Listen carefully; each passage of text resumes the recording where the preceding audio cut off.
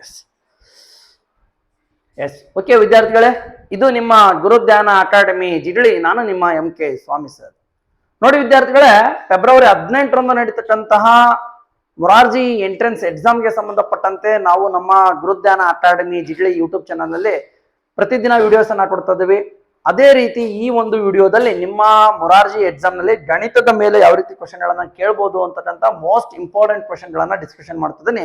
Complete ಆಗಿ ಕೊನೆ ತನಕ ಈ ಒಂದು ವಿಡಿಯೋವನ್ನ ನೋಡಿದ್ರೆ ನಿಮ್ಗೆ ಕನಿಷ್ಠ 2ರಿಂದ 3 ಕ್ವಶನ್ ಈ ರೀತಿಯ ಪ್ರಶ್ನೆಗಳು ನಿಮ್ಮ ಎಕ್ಸಾಮ್ ನಲ್ಲಿ ಬರುವ ಸಾಧ್ಯತೆ ಇದೆ. ಓಕೆ, ನೋಡಿ ಯಾವ ರೀತಿಯ ಕ್ವಶನ್ ಗಳನ್ನ ಈ ಮೊರಾರ್ಜಿ ಎಕ್ಸಾಮ್ ನಲ್ಲಿ ಗಣಿತದ ಮೇಲೆ ಕೇಳ್ತಾರೆ. ನೀವು ಯಾವ ರೀತಿ ಪ್ರಾಕ್ಟೀಸ್ ಮಾಡಿದ್ರೆ ಈ ಎಕ್ಸಾಮ್ ನಲ್ಲಿ ನೀವು ಔಟ್ ಆಫ್ ಔಟ್ ಮಾರ್ಕ್ಸ್ ಅನ್ನ ಪಡ್ಕೋಬಹುದು ಅನ್ನೋದನ್ನ ತಿಳ್ಕೊಂತ ಹೋಗಿ. ಕ್ವಶನ್ ನಂಬರ್ 1, 0.75 ಇದರ ಭಿನ್ನ ರಾಶಿ ರೂಪ ಏನ್ ಹೇಳ್ತಿದ್ದಾರೆ? ದಶಮಾಂಶದಲ್ಲಿ ಒಂದು ಸಂಖ್ಯೆಯನ್ನ ಕೊಟ್ಟಿದ್ದಾರೆ 0.75. ಇದನ್ನ ಭಿನ್ನ ರಾಶಿಯಲ್ಲಿ ಬರೆಯಿರಿ ಅಂತ ಕೇಳ್ತಿದ್ದಾರೆ. ವೆರಿ ಸಿಂಪಲ್ ವಿದ್ಯಾರ್ಥಿಗಳೇ. ಏನಪ್ಪಾ 0.75 ಇದು ಡೆಸಿಮಲ್ ಫಾರ್ಮ್ ಅಲ್ಲಿ ಇದೆ. ಇದನ್ನ ಫ್ರಾಕ್ಷನ್ ಫಾರ್ಮ್ಗೆ ಚೇಂಜ್ ಮಾಡಬೇಕು. ಓಕೆ, 0.75 ದಶಮಾಂಶ ರೂಪದಲ್ಲಿರೋ ಇದನ್ನ ಭಿನ್ನ ರಾಶಿಗೆ ಮಾಡ್ಬೇಕಂದ್ರೆ ಫಸ್ಟ್ ಏನ್ ಮಾಡೋಕ್ ನೀವು ಛೇದದಲ್ಲಿ 1 ಬರಿಬೇಕು. ನೆಕ್ಸ್ಟ್ ಏನ್ ಮಾಡ್ಬೇಕು? ಎಷ್ಟು ಅಂಕೆ ಆದ್ಮೇಲೆ ಪಾಯಿಂಟ್ ಇದೆ, ಬಿಂದು ಇದೆ ಅಂತ ಕೌಂಟ್ ಮಾಡಿ 1 2 ಅಂಕೆ ಆದ್ಮೇಲೆ ಪಾಯಿಂಟ್ ಇದೆ, ಬಿಂದು ಇದೆ, ಹಾಗಾಗಿ 2 0 ಬರಿಬೇಕು. ನೆಕ್ಸ್ಟ್ ಈಗ ಅಂಶದಲ್ಲಿ ಬಿಂದು ಕ್ಯಾನ್ಸಲ್ ಮಾಡಿ ಉಳಿದಿರೋದನ್ನ ಬರಿಬೇಕು 75. ಈ 0 ಬಿಂದು ಇದು ಎರಡಕ್ಕೂ ಈ 0 ವ್ಯಾಲ್ಯೂ ಇಲ್ಲ, 0 ಇರೋದ್ರಿಂದ ಬಿಂದು ಕ್ಯಾನ್ಸಲ್ ಆದ್ರೆ 75 ಅಷ್ಟೇ ಉಳಿಯುತ್ತೆ, ಅದನ್ನ ಅಂಶದಲ್ಲಿ ಬರಿಬೇಕು. ಓಕೆ, ಡೈರೆಕ್ಟ್ ಆಗಿ ಹಿಂಗೆ ಕೊಟ್ಟಿದಾರ, ಇದನ್ನ ಕನಿಷ್ಠ ರೂಪಕ್ಕೆ ಮಾಡಿಲ್ಲ, ಹಿಂಗೆ ಕೊಟ್ಟಿದ್ದಾರೆ ಅಂತ ಒಂದ್ಸಲ ಚೆಕ್ ಮಾಡಿ. 75/100 75/100 ಆಯ್ತಾ? 7.5/100 ಅಲ್ಲ, 75/100 75/100 100ನೇ 75 ಐತಿ. Option B right answer. Direct ಹಂಗೆ ಕೊಟ್ಟಿದ್ದಾರೆ, ಡೈರೆಕ್ಟ್ ಆಗಿ ನಾವು ಎಲ್ಲಿದೆ ಆಪ್ಷನ್ ಅನ್ನು ನೋಡ್ಬಿಟ್ಟು ಟಿಕ್ ಮಾಡಿದ್ರೆ ಮುಗೀತು. ಓಕೆ, ಗೊತ್ತಾಯ್ತಲ್ಲ? ದಶಮಾಂಶವನ್ನ ಭಿನ್ನರಾಶಿ ಮಾಡ್ಬೇಕು ಅಂದ್ರೆ ಫಸ್ಟ್ ಛೇದದಲ್ಲಿ 1 ಬರ್ಕೋಬೇಕು. ಅದಾದ್ಮೇಲೆ ಎಷ್ಟು ಅಂಕಿ ಆದ್ಮೇಲೆ, ಎಷ್ಟು ಡಿಜಿಟ್ ಆದ್ಮೇಲೆ ಪಾಯಿಂಟ್ ಇದೆ ಅನ್ನೋದನ್ನ ನೋಡಿ ಅಷ್ಟು 0 ಹಾಕ್ಬೇಕು. ಅದಾದ್ಮೇಲೆ 0 ಕ್ಯಾನ್ಸಲ್ ಆಗುತ್ತೆ, ಉಳಿದಂತ ಸಂಖ್ಯೆಯನ್ನ ಡೈರೆಕ್ಟ್ ಆಗಿ ಅಂಶದಲ್ಲಿ ಬರೆಯೋದು. ಇದು ದಶಮಾಂಶವನ್ನ ಭಿನ್ನರಾಶಿಗೆ ಪರಿವರ್ತಿಸುವ ಕ್ರಮ. ಓಕೆ, ಈ ರೀತಿಯಾಗಿ ಕ್ವಶನ್ ಅನ್ನ ಕೇಳ್ತಾ ಇರ್ತಾರೆ. Option B right answer. Next question number 2 ನೋಡಿ. 0.125 ಇದರ ಭಿನ್ನ ರಾಶಿಯ ಕನಿಷ್ಠ ರೂಪ. ಎಸ್, ಇಲ್ಲಿ ಸಹ ದಶಮಾಂಶವನ್ನ ಕೊಟ್ಟು ಇದನ್ನ ಭಿನ್ನ ರಾಶಿಯ ಕನಿಷ್ಠ ರೂಪದಲ್ಲಿ ಅಂದ್ರೆ ಭಿನ್ನ ರಾಶಿಯನ್ನ ಸಿಂಪ್ಲಿಫೈ ಮಾಡಿ ಬರೀರಿ ಅಂತ ಹೇಳ್ತಿದ್ರೆ. ಫಸ್ಟ್ ಏನ್ ಮಾಡಿ, ಫಸ್ಟ್ ಭಿನ್ನ ರಾಶಿಗೆ ಕನ್ವರ್ಟ್ ಮಾಡ್ಕೊಳ್ಳಿ, ಬದಲಾವಣೆ ಮಾಡ್ಕೊಳ್ಳಿ. 0.125 0.125 ಇದನ್ನ ಭಿನ್ನ ರಾಶಿ ಮಾಡಕಂದ್ರೆ ಫಸ್ಟ್ ಏನ್ ಮಾಡ್ತೀರಾ? ಛೇದದಲ್ಲಿ 1 ಬರಿತೀರಾ. ಆಮೇಲೆ ಎಷ್ಟು ಡಿಜಿಟ್ ಆದ್ಮೇಲೆ, ಎಷ್ಟು ಅಂಕೆ ಆದ್ಮೇಲೆ ಪಾಯಿಂಟ್ ಇದೆ ಅಂತಂದೇಳಿ ಕೌಂಟ್ ಮಾಡ್ತೀರಾ. 1 2 3 ಅಂಕೆ ಆದ್ಮೇಲೆ ಪಾಯಿಂಟ್ ಇದೆ, ಹಾಗಾಗಿ 3 0 ಬರಿತೀರಾ. ಓಕೆ, ನೆಕ್ಸ್ಟ್ ಪಾಯಿಂಟ್ ಕ್ಯಾನ್ಸಲ್ ಆಯ್ತಂದ್ರೆ ಉಳಿದಂತ ನಂಬರ್ 125 ಬರೆದ್ರಿ.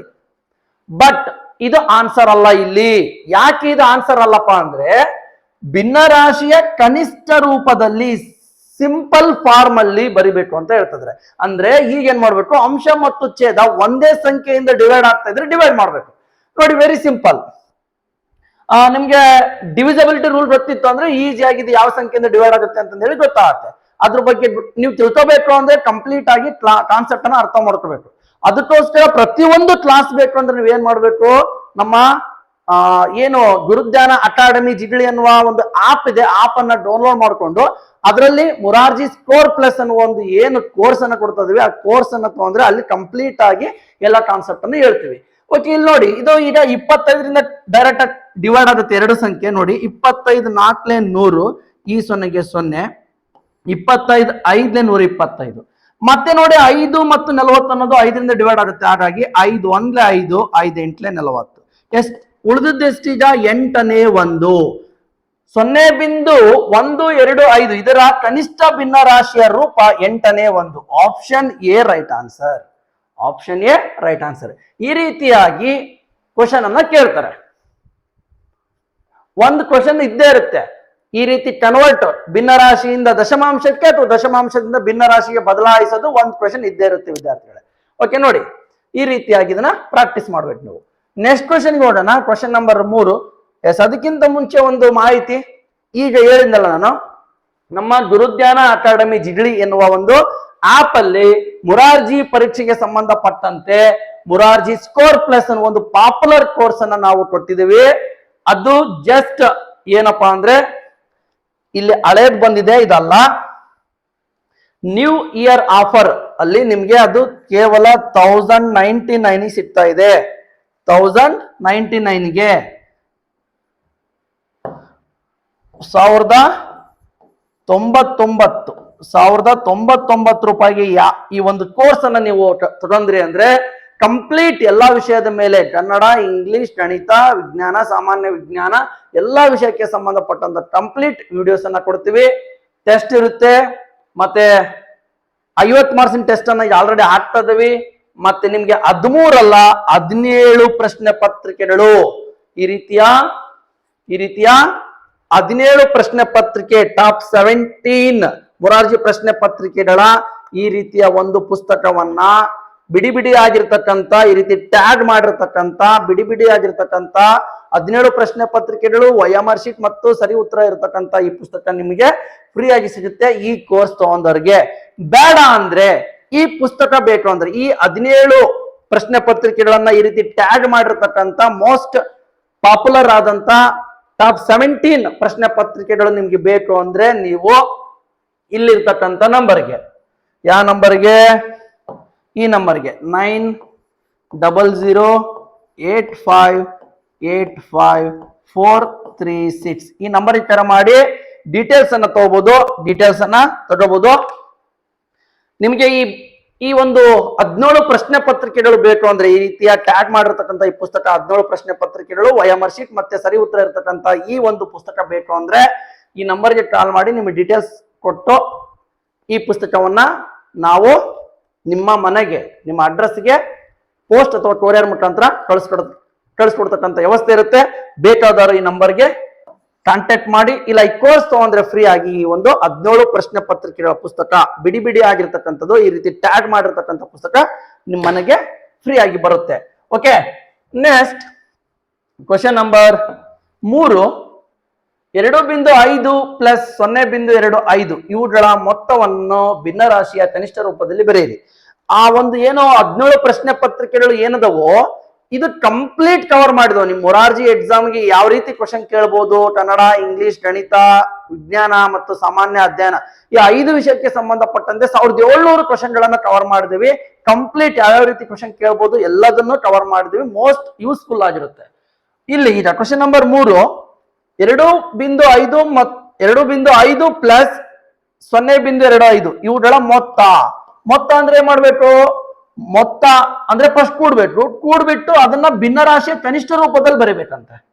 ಮತ್ತೆ ನೋಡಿ ವಿದ್ಯಾರ್ಥಿಗಳೇ, ಫಸ್ಟ್ ಇಲ್ಲಿ 2.5 ಪ್ಲಸ್ ಅಂದ್ರೆ ಕೂಡ್ಬೇಕು, ಮೊತ್ತ ಅಂದ್ರೆ ಕೂಡೋಣ ಫಸ್ಟ್. ಮತ್ತಮೇಲೆ 0.25 ಬರ್ತಾನೆ ಗೊತ್ತಿರ್ಬೇಕು ನಿಮ್ಗೆ ದಶಮಾಂಶವನ್ನ, place value.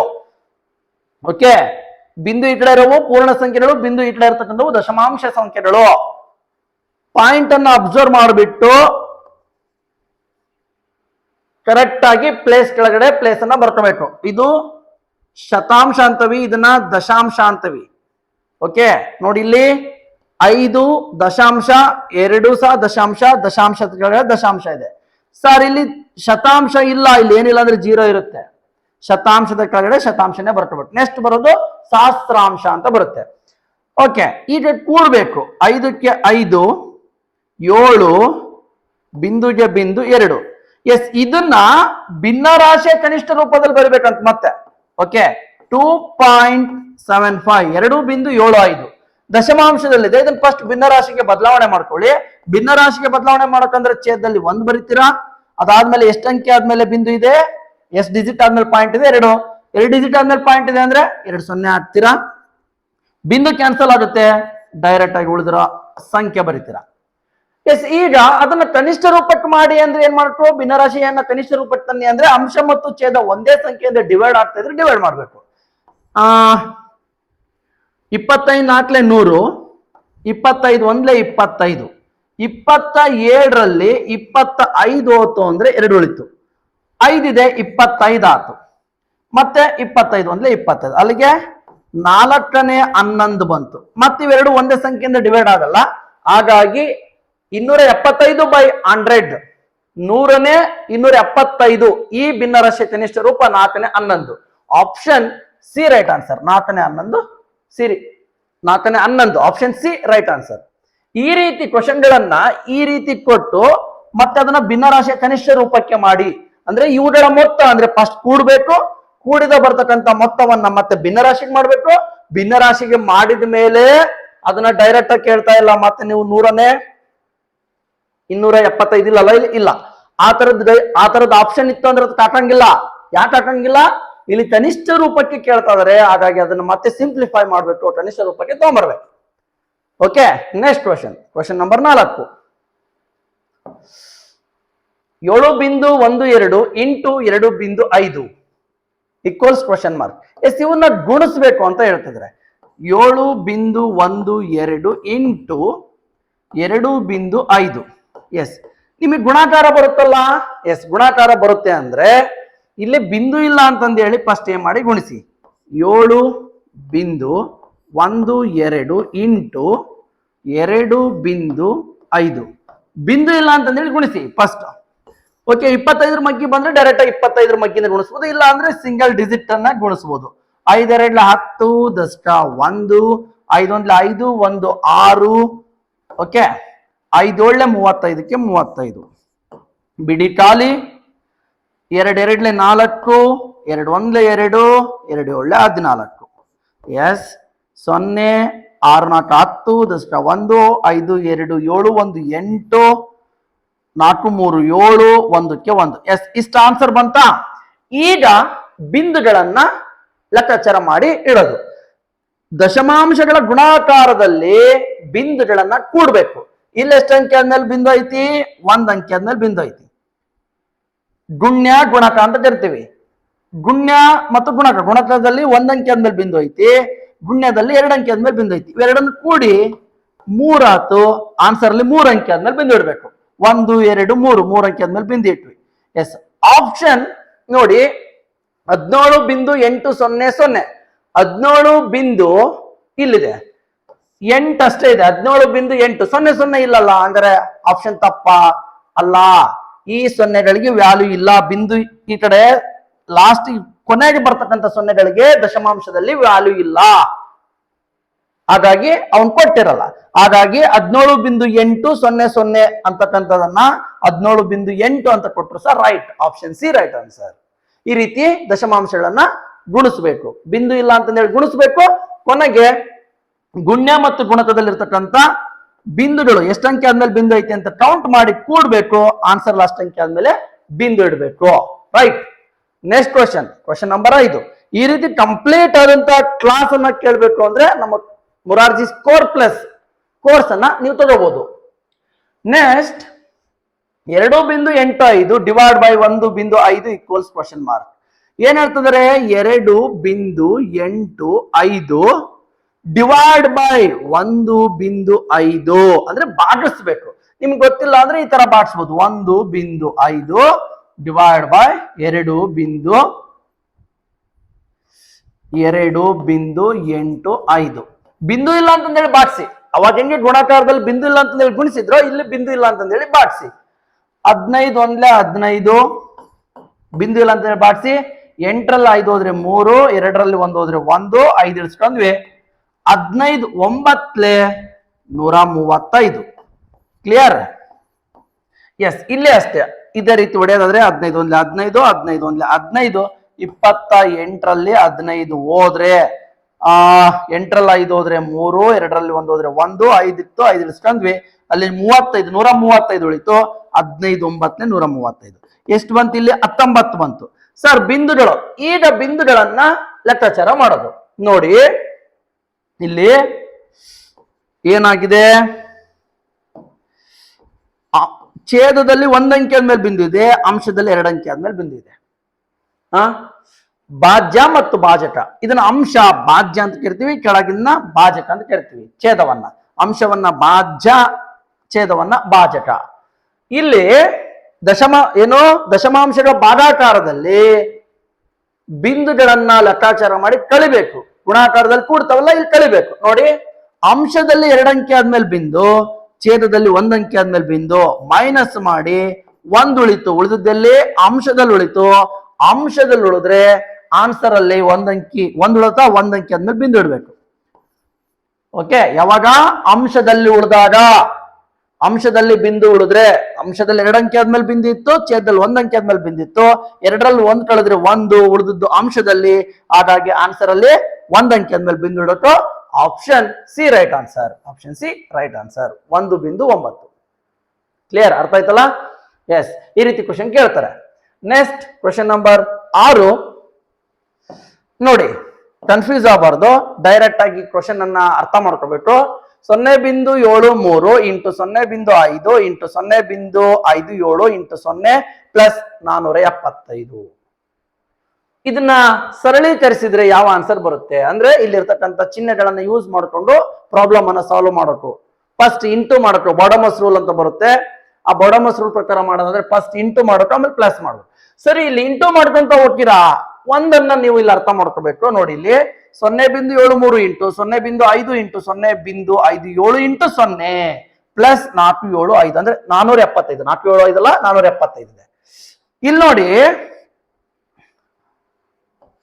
0.73 into 0.5 into 0.57 into 0 plus 475 ಐತಿ. ಫಸ್ಟ್ ಇಂಟು ಮಾಡಕಲ್ಲ. ನೋಡಿ, ಇಂಟು ಇಂಟು ಇಲ್ಲೂ ಇಂಟು ಇದೆ, ಇಲ್ಲಿವರೆಗೂ ಅಷ್ಟನ್ನು ಗುಣಿಸ್ಬೇಕು ಅಂತ. ನೋಡಿ, ಇಲ್ಲಿ ಫಸ್ಟ್ 0 ಇಂಟು 0.75. ಯಾವುದೇ ಸಂಖ್ಯೆಯನ್ನ 0ಯಿಂದ ಗುಣಿಸಿದ್ರು 0ನೇ ಬರುತ್ತೆ. ಯಾವುದೇ ಸಂಖ್ಯೆಯನ್ನ 0ಯಿಂದ ಗುಣಿಸಿದ್ರು 0 ಬರುತ್ತೆ. 0ಯಿಂದ ಯಾವುದೇ ಸಂಖ್ಯೆಯನ್ನ ಗುಣಿಸಿದ್ರು 0 ಬರುತ್ತೆ. ಹಾಗಾಗಿ ಅರ್ಥ ಆಯ್ತಲ್ಲ? ಯಾವುದೇ ಸಂಖ್ಯೆಯನ್ನ 0ಯಿಂದ ಗುಣಿಸಿದ್ರು 0 ಬರುತ್ತೆ, 0ಯನ್ನ ಯಾವುದೇ ಸಂಖ್ಯೆಯಿಂದ ಗುಣಿಸಿದ್ರು 0 ಬರುತ್ತೆ. ಹಾಗಾಗಿ 0 ಇಂಟು 0.57 0ನೇ ಬಂತು, ಇಂಟು ಮತ್ತೆ 0.5 ಇಂಟು 0 0ನೇ ಆಗುತ್ತೆ, ಮತ್ತೆ ಇಂಟು 0.73 ಇಂಟು 0 0ನೇ ಆಗುತ್ತೆ. ಹಾಗಾಗಿ 0 ಪ್ಲಸ್ 475. ಯಾವುದೇ ಸಂಖ್ಯೆಗೆ 0ಯನ್ನ ಕೂಡಿದ್ರೆ ಆ ಸಂಖ್ಯೆ ಎಷ್ಟಿರುತ್ತೋ ಅಷ್ಟೇ ಉಳಿಯುತ್ತೆ. ಹಾಗಾಗಿ 475 answer. Option B right answer. ಇಷ್ಟೇ. ಅರ್ಥ ಆಯ್ತಲ್ಲ? ಓಕೆ, ಇದನ್ನ ಮತ್ತೆ ನೀವು ಈ ತರ ಎಲ್ಲ ಗುಣಿಸಂತ ಕುತ್ಕೊಂಡ್ರೆ ಸಿಕ್ಕಾಪಟ್ಟೆ ಟೈಮ್ ಹಿಡಿಯುತ್ತೆ. ಅಲ್ಲಿ ನೋಡ್ಬೇಕು, ಕಂಟಿನ್ಯೂಸ್ ಆಗಿ ಇಲ್ಲಿ ಅಥವಾ ಇಲ್ಲಿ ಮಠ ಅಷ್ಟು ಗುಣಿಸ್ಬೇಕು ಅಂತ. 0ಯಿಂದ ಈ ಸಂಖ್ಯೆ ಗುಣಿಸಿರಿ ಇಲ್ಲಿ 0 ಆಯ್ತು, ಇಲ್ಲಿಂದ ಈ ಸಂಖ್ಯೆ ಗುಣಿಸಿರಿ ಇದು 0 ಆಯ್ತು, ಈ ಸಂಖ್ಯೆ ಗುಣಿಸಿರಿ ಇದು 0 ಆಯ್ತು. ಅವಾಗ 0 ಪ್ಲಸ್ 475 ಯಾವುದೇ ಸಂಖ್ಯೆಗೆ 0ಯನ್ನ ಸೇರಿಸಿದ್ರು ಅದೇ ಸಂಖ್ಯೆ ಉಳಿಯುತ್ತೆ. ಹಾಗಾಗಿ 475 right answer. Next question number 7. 235.7 ಪಡೆಯಲು 112.3ಕ್ಕೆ ಎಷ್ಟನ್ನು ಸೇರಿಸಬೇಕು? ಕ್ವಶನ್ ಅರ್ಥ ಮಾಡ್ಕೋಬೇಕು. 235.7 ಪಡೆಯಲು 112.3ಕ್ಕೆ ಎಷ್ಟನ್ನ ಸೇರಿಸಬೇಕು ಅಂದ್ರೆ, ಈ ಸಂಖ್ಯೆಗೆ 112.3 ಈ ಸಂಖ್ಯೆಗೆ ಯಾವ ಸಂಖ್ಯೆಯನ್ನ ಸೇರಿಸಿದ್ರೆ 235.7 ಅನ್ನೋದು ಬರುತ್ತೆ ಅಂತ ಹೇಳ್ತಿದ್ರೆ. ಯಾವ ಸಂಖ್ಯೆ ಅಂದ್ರೆ ಇಲ್ಲಿರ್ತಕ್ಕಂಥದ್ದು ಒಂದೊಂದೇ ಸೇರಿಸಿ ಕಂಡುಹಿಡಿಬೇಕಾ? ಅಲ್ಲ, ಡೈರೆಕ್ಟ್ ಆಗಿ ಏನ್ ಮಾಡ್ಬೇಕು, ಈಗ 2 ಸಂಖ್ಯೆ ಸೇರಿಸಿದಾಗ ಇಷ್ಟು ಬಂದತ್ತಲ್ಲ, 2 ಸಂಖ್ಯೆ ಸೇರಿಸಿದಾಗ 235.7 2 ಸಂಖ್ಯೆ ಸೇರಿಸಿದಾಗ ಇಷ್ಟು ಮಾತಾ. ಅದ್ರಲ್ಲಿ ಒಂದ್ ಸಂಖ್ಯೆ ಇದಲ್ಲ, ಒಂದು ಸಂಖ್ಯೆ 112.3 2 ಸಂಖ್ಯೆ ಸೇರಿಸಿದಾಗ ಇಷ್ಟು ಬಂದಿತ್ತು. ಅದ್ರಲ್ಲಿ ಒಂದ್ ಸಂಖ್ಯೆ ಇದಾಯ್ತಲ್ಲ, ಇದನ್ನ ಕಳೆದು ಬಿಡೋಣ. ಈಗ 2 ಸಂಖ್ಯೆಗಳ ಮೊತ್ತ, ಇದು ಒಂದ್ ಸಂಖ್ಯೆ ಇನ್ನೊಂದ್ ಸಂಖ್ಯೆ ಅದು ಗೊತ್ತಿಲ್ಲ, ಇವೆರಡನ್ನೂ ಕೂಡಿದಾಗ ಇಷ್ಟು ಬಂತ. ಹಾಗಾಗಿ ಆ 2 ಸಂಖ್ಯೆಗಳ ಮೊತ್ತದಲ್ಲಿ ಒಂದು ಸಂಖ್ಯೆಯನ್ನ ನಾವು ಕಳೆದು ಬಿಟ್ರೆ ಇನ್ನೊಂದು ಸಂಖ್ಯೆ ಯಾವುದು ಅಂತ ಸಿಕ್ಬಿಡುತ್ತೆ. 7ರಲ್ಲಿ 3 ಹೋದ್ರೆ 4, ಬಿಂದುಗೆ ಬಿಂದು, 5ರಲ್ಲಿ 2 ಹೋದ್ರೆ 3, 3ರಲ್ಲಿ 1 ಹೋದ್ರೆ 2, 2ರಲ್ಲಿ 1 ಹೋದ್ರೆ 1. ಎಸ್, 123.4 112.3ಕ್ಕೆ 123.4 ಸೇರಿಸಿದ್ರೆ ಅದು 235.7 ಆಗುತ್ತೆ. 235.7 ಪಡೆಯಲು ನಾವು 112.3ಕ್ಕೆ 123.4 ಸೇರಿಸಬೇಕು. Option 123.4. Option D right answer. Clear? ಈ ರೀತಿ ಕ್ವಶನ್ ಕೇಳಿದ್ದಾರೆ, ಸುಮಾರು ಸಲ ಕೇಳಿದರೆ, ಪ್ರತಿ ವರ್ಷ ಒಂದು ಕ್ವಶನ್ ಇರುತ್ತೆ. Okay, next question number 8. 475.9ಕ್ಕೆ ಎಷ್ಟನ್ನು ಸೇರಿಸಿದಾಗ 875.1 ಆಗುತ್ತದೆ? ನೋಡಿ, ಕ್ವಶನ್ ಸ್ವಲ್ಪ ಚೇಂಜ್ ಆಯ್ತು. ಅದೇ ತರ ಕ್ವಶನ್ ಸ್ವಲ್ಪ ಅರ್ಥ ಮಾಡ್ಕೋಬೇಕು. 475.9ಕ್ಕೆ ಎಷ್ಟನ್ನ ಸೇರಿಸಿದ್ರೆ 875.1 ಆಗುತ್ತದೆ ಅಂತ ಕೇಳಿದ್ರು. ಕ್ವಶನ್ ಸ್ವಲ್ಪ ಚೇಂಜ್ ಮಾಡಿದ್ರು, ಸೇಮ್ ಪ್ಯಾಟರ್ನ್. ಓದ್ ಕ್ವಶನ್ ಇದು ಎರಡು ಒಂದೇ ಕಾನ್ಸೆಪ್ಟ್. ಇದಕ್ಕೆ 475.9ಕ್ಕೆ ಯಾವ ಒಂದು ಸಂಖ್ಯೆಯನ್ನ ಸೇರಿಸಿದ್ರೆ 875.1 ಬರ್ತತಿ ಅಂತ ಕೇಳ್ತಿದ್ರೆ, ಸೇಮ್ ಈಗ ಎರಡು ಸಂಖ್ಯೆ ಕೂಡಿದ್ದಾರೆ, ಅವಾಗ ಇಷ್ಟು ಬಂದತಿ. ಎಷ್ಟು ಮಾತಿ? 875.1 ಮಾತಿ. ಒಂದ್ ಸಂಖ್ಯೆ ಐತಿ, ಇನ್ನೊಂದ್ ಸಂಖ್ಯೆ ಆದ್ ಗೊತ್ತಿಲ್ಲ. ಈ ಸಂಖ್ಯೆಗೆ ಇನ್ನೊಂದ್ ಯಾವ ಸಂಖ್ಯೆ ಸೇರಿಸಿ ಇಷ್ಟು ಬರ್ತತಿ ಅಂತ ಕೇಳ್ತಿದಾರೆ. ಎರಡು ಸಂಖ್ಯೆ ಕೂಡದೆ ಇಷ್ಟು ಮಾಡ್ತಾನೆ, ಅದ್ರಲ್ಲಿ ಒಂದ್ ಸಂಖ್ಯೆ ಕಳೆದು ಬಿಡೋಣ. ಅವರೇ ಕೊಟ್ಟಿದ್ದಾರೆ ಒಂದ್ ಸಂಖ್ಯೆ 475.9. ಎಸ್, ಈ ಕಳೆಯನ ಇನ್ನೊಂದ್ ಸಂಖ್ಯೆ ಯಾವ್ದು ಸಿಕ್ಬಿಡುತ್ತೆ. 11ರಲ್ಲಿ 9 ಹೋದ್ರೆ 2 ಬಿಂದುಗೆ ಬಿಂದು. ನೆಕ್ಸ್ಟ್ 14ರಲ್ಲಿ 5 ಹೋದ್ರೆ 9. ನೆಕ್ಸ್ಟ್ 16ರಲ್ಲಿ 7 ಹೋದ್ರೆ 9. 16ರಲ್ಲಿ 7 ಹೋದ್ರೆ 9. 7ರಲ್ಲಿ 4 ಹೋದ್ರೆ 3. 7ರಲ್ಲಿ 4 ಹೋದ್ರೆ 3. ಓಕೆ, ನೋಡಿ, 11ರಲ್ಲಿ 9 ಹೋದ್ರೆ 2. 14ರಲ್ಲಿ ಕ್ವಶನ್ ಸೇಮ್, ಕ್ವಶನ್ ಸರಿ ಐತಲ್ಲ?